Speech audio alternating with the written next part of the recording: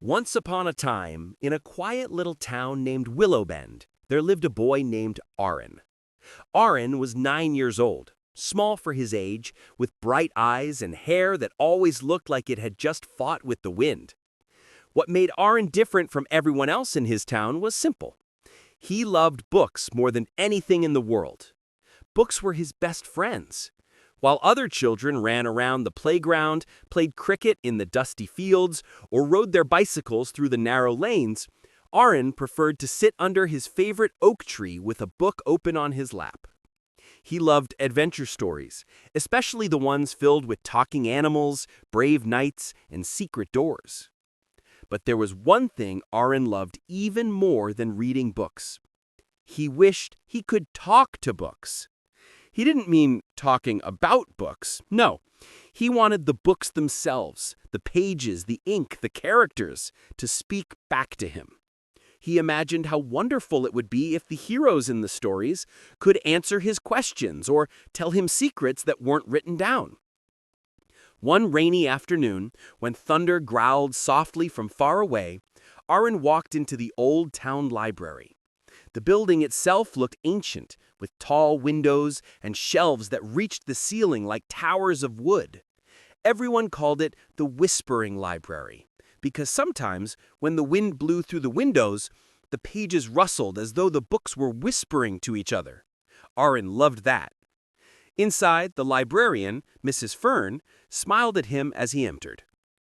"Back again, Arin," she said warmly, pushing her glasses up her nose. Arin grinned. "You know me, I can't stay away." Mrs. Fern laughed. "You read more than any child I've ever known. Maybe one day the books will start talking back." Arin sighed dreamily. "I wish." Mrs. Fern winked but didn't say anything more. Arin wandered deeper into the library, to the section where old dusty books lived. These books were rarely read.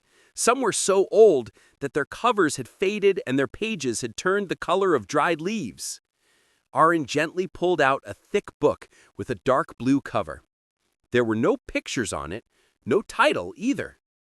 Curious, he opened it. Inside, on the very first page, were words written in golden ink. "To the one who listens, I speak." Arin blinked. "What does that mean?" he whispered. To his shock, the golden words shimmered and rearranged themselves. A soft, deep voice filled his ears, not loud, but warm and clear. "It means, Arin," the voice said, "that I can talk and you can hear me." Arin froze, his mouth fell open. The book was talking. "What? How? Are you real?" he stuttered. "As real as any story," the book said gently. "I wished to talk to books, didn't you?" Arin nodded so fast he felt dizzy. "I did! I really did!" He held the book close, eyes wide with excitement. "What's your name?" "I am called the Book of Beginnings," the voice replied. "I am a guardian of stories, a keeper of adventures, a friend to those who believe in magic." Arin felt his heart flutter. Mrs. Fern was right. The books can talk. The book chuckled softly. "Not all books, only those who choose to speak." Before Arin could ask another question, the golden letters glowed again. "Arin, would you like to enter a story?" the book asked. "What do you mean, enter?" Arin whispered. "Step inside," the book replied simply, "and live the adventure yourself." Arin gasped. "I can go inside a story?" "Yes," the book said, "but only if you are brave." Arin didn't stop to think. He nodded eagerly. The pages began to glow brighter and brighter until the entire room shimmered around him. Suddenly, with a soft whoosh, the world twisted like a turning page, and Arin found himself standing in the middle of a forest. But this was no ordinary forest. The trees were taller than buildings, their leaves sparkling like emeralds in the sun. Strange flowers glowed with rainbow colors, and somewhere in the distance, Arin could hear music. Soft, tinkling notes like fairy bells. "Wow!" Arin breathed. Is this real? As real as any story world, the book's voice echoed, though the book itself was nowhere to be seen. Welcome to Eldergrove. Before Arin could explore, a rustling sound came from behind him. He turned and nearly fell backwards in surprise.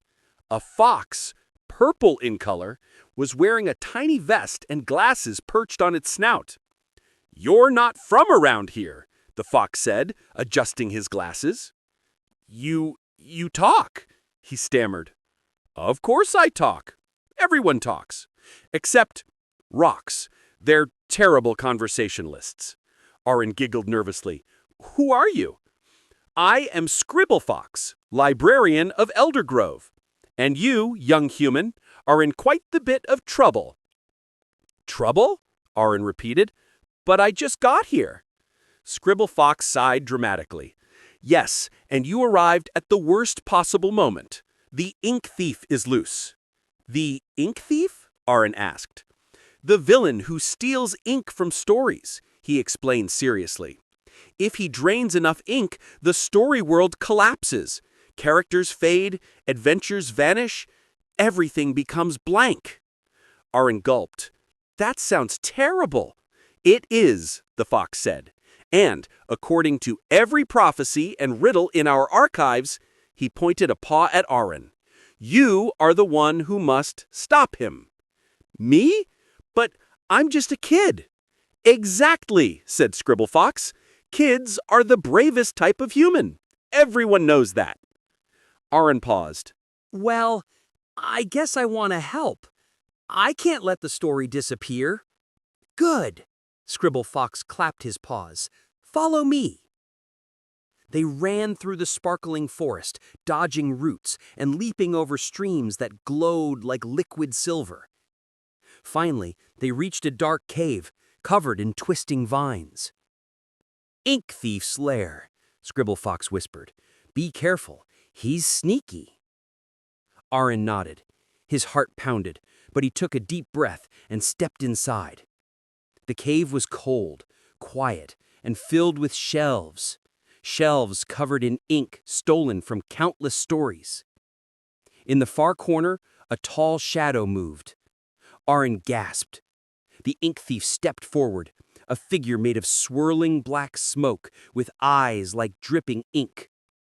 "So, the boy arrives, the Rieger who wishes to be a hero." "I won't let you destroy the stories," Arin said bravely. The ink thief laughed. "You think you can stop me? Stories don't belong to readers. They belong to me. I erase them so no one can escape into them." Arin clenched his fists. "Stories help people. They teach us. They make us brave. They give us dreams. You can't erase them." The ink thief lunged, swirling like a tornado of black smoke. Arin dodged and grabbed a glowing bottle of ink from the shelf. "This isn't yours. Give it back." He smashed the bottle on the ground. Light exploded, bright, golden, warm like sunshine. The cave shook. The ink thief howled as the light wrapped around him. "No! Light! Hope! Creativity! I can't stand them!" he screeched. The golden glow grew brighter and brighter until the ink thief dissolved into tiny sparks of light that floated away like fireflies. Scribblefox rushed into the cave. "Arin, you did it! You defeated him!" Arin blinked. I really did?" "You saved Eldergrove! You saved all stories!" Suddenly, the forest around them shimmered. The world grew faint, like a painting being gently erased. "What's happening?" Arin asked. "The story is ending, and it's time for you to go home." Arin hesitated. "I'll miss you." "And we will miss you," said the fox softly. "But remember this, stories are alive when someone reads them. Every time you open a book, we'll be here." The light grew so bright that Arin had to close his eyes. When he opened them again, He was sitting on the library floor, the blue book open in his lap. Mrs. Fern rushed over. "Arin, are you okay? You disappeared for a moment." Arin looked at the book, then at her, smiling wider than ever. "I'm more than okay. I made new friends." The golden words on the page shimmered one last time. Until the next adventure. Arin hugged the book to his chest. He knew one thing for certain. He would never look at books the same way again, because now he knew the truth. Books don't just tell stories, they are stories. And sometimes, if you listen closely, they talk back. And from that day onward, Arin read more than ever, not because he wanted to escape, but because he wanted to return to Eldergrove, to Scribblefox, to the magical world that lived inside every story.